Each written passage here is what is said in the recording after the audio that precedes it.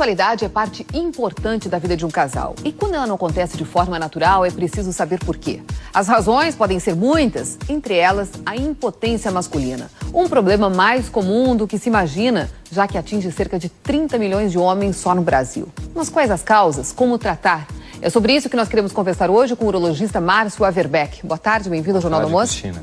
Você pode participar ligando 84010394 ou mandando um tweet para @JRBSTV. Aí está a primeira pergunta. Olá, tudo bem? Eu quero saber por que idade ocorre mais a impotência masculina. Bom, a gente sabe que a impotência pode acontecer em qualquer idade, desde a adolescência até a idade mais em homens mais velhos.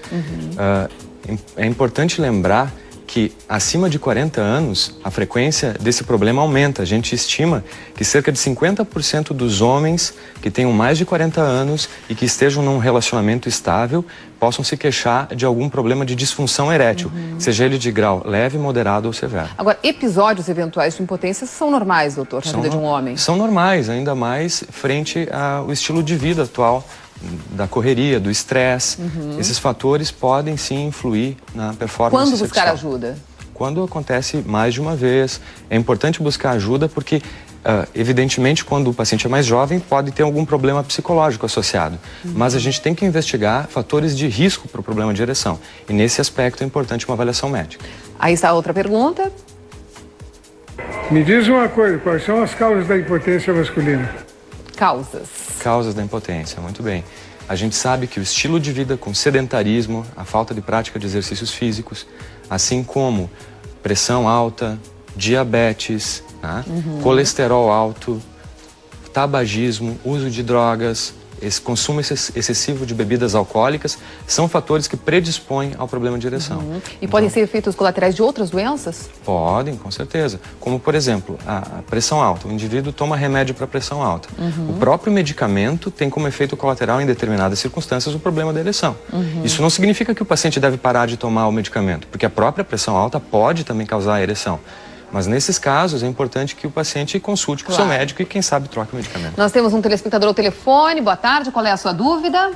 Boa tarde. A minha dúvida é, eu tenho uma doença chamada mielite transversa e eu sinto dificuldade em manter a ereção quando consigo tê-la. Gostaria de saber se existe tratamento ou não.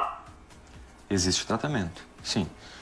Nesse caso, pode existir algum fator de doença neurológica associada, né? E a gente sabe que os medicamentos, tanto via oral quanto os injetáveis, são extremamente efetivos. Há cerca de 15 anos atrás, a gente não tinha um medicamento como a gente tem hoje. Eles representam atualmente uma revolução. Esses medicamentos têm um início de ação em mais ou menos 30 minutos e um tempo de ação de mais ou menos 12 a 36 horas. A gente sabe que atualmente a gente tem, inclusive, comprimidos orodispersíveis, que são bastante discretos. As embalagens parecem de um chiclete, por exemplo. O paciente não precisa nem tomar água, coloca na boca e funciona literalmente como uma bala. No caso, então, o telespectador tem que buscar ajuda de um Buscar médico. ajuda, uma avaliação precisa, né? Tá certo. Aqui tem uma outra pergunta. Olá, tudo bem? Eu queria saber se é comum um jovem sofrer de impotência sexual masculina. O jovem. É muito comum. A adolescência é uma fase de muitos, digamos assim, enfrentamentos. Então, nesse estágio, os fatores psicológicos são bastante evidentes. Como, por exemplo, o estresse, depressão, O medo ansiedade. de não agradar a parceira, de repente? Isso mesmo. A impotência dá medo, mas a recíproca também é verdadeira, né? O medo causa impotência sexual, porque vai de encontro ao fenômeno normal da ereção, que é o relaxamento da musculatura no pênis, que faz o aumento do pênis, né?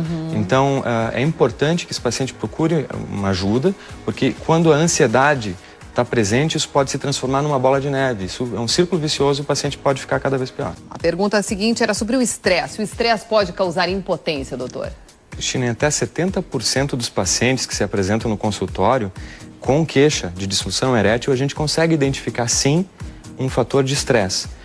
Pode ser um problema de relacionamento, um problema no trabalho, até dificuldades financeiras. Isso tudo influi com a sexualidade, com certeza.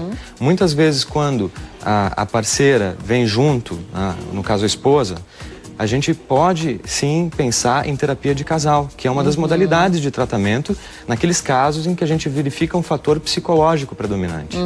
Agora, muitas vezes as pessoas, os homens aí usam esses medicamentos para impotência, para aumentar a sua virilidade, enfim, melhorar o seu desempenho sexual. Isso não pode ter algum efeito colateral, doutor?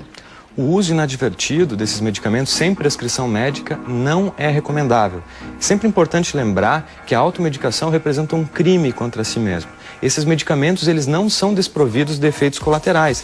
Que efeitos seriam esses? Dor de cabeça, rinite, pressão baixa, que às vezes pode acontecer, calorões, então uma série de efeitos colaterais. E existem contraindicações para o uso desses medicamentos. É por isso que é tão importante procurar uma avaliação médica.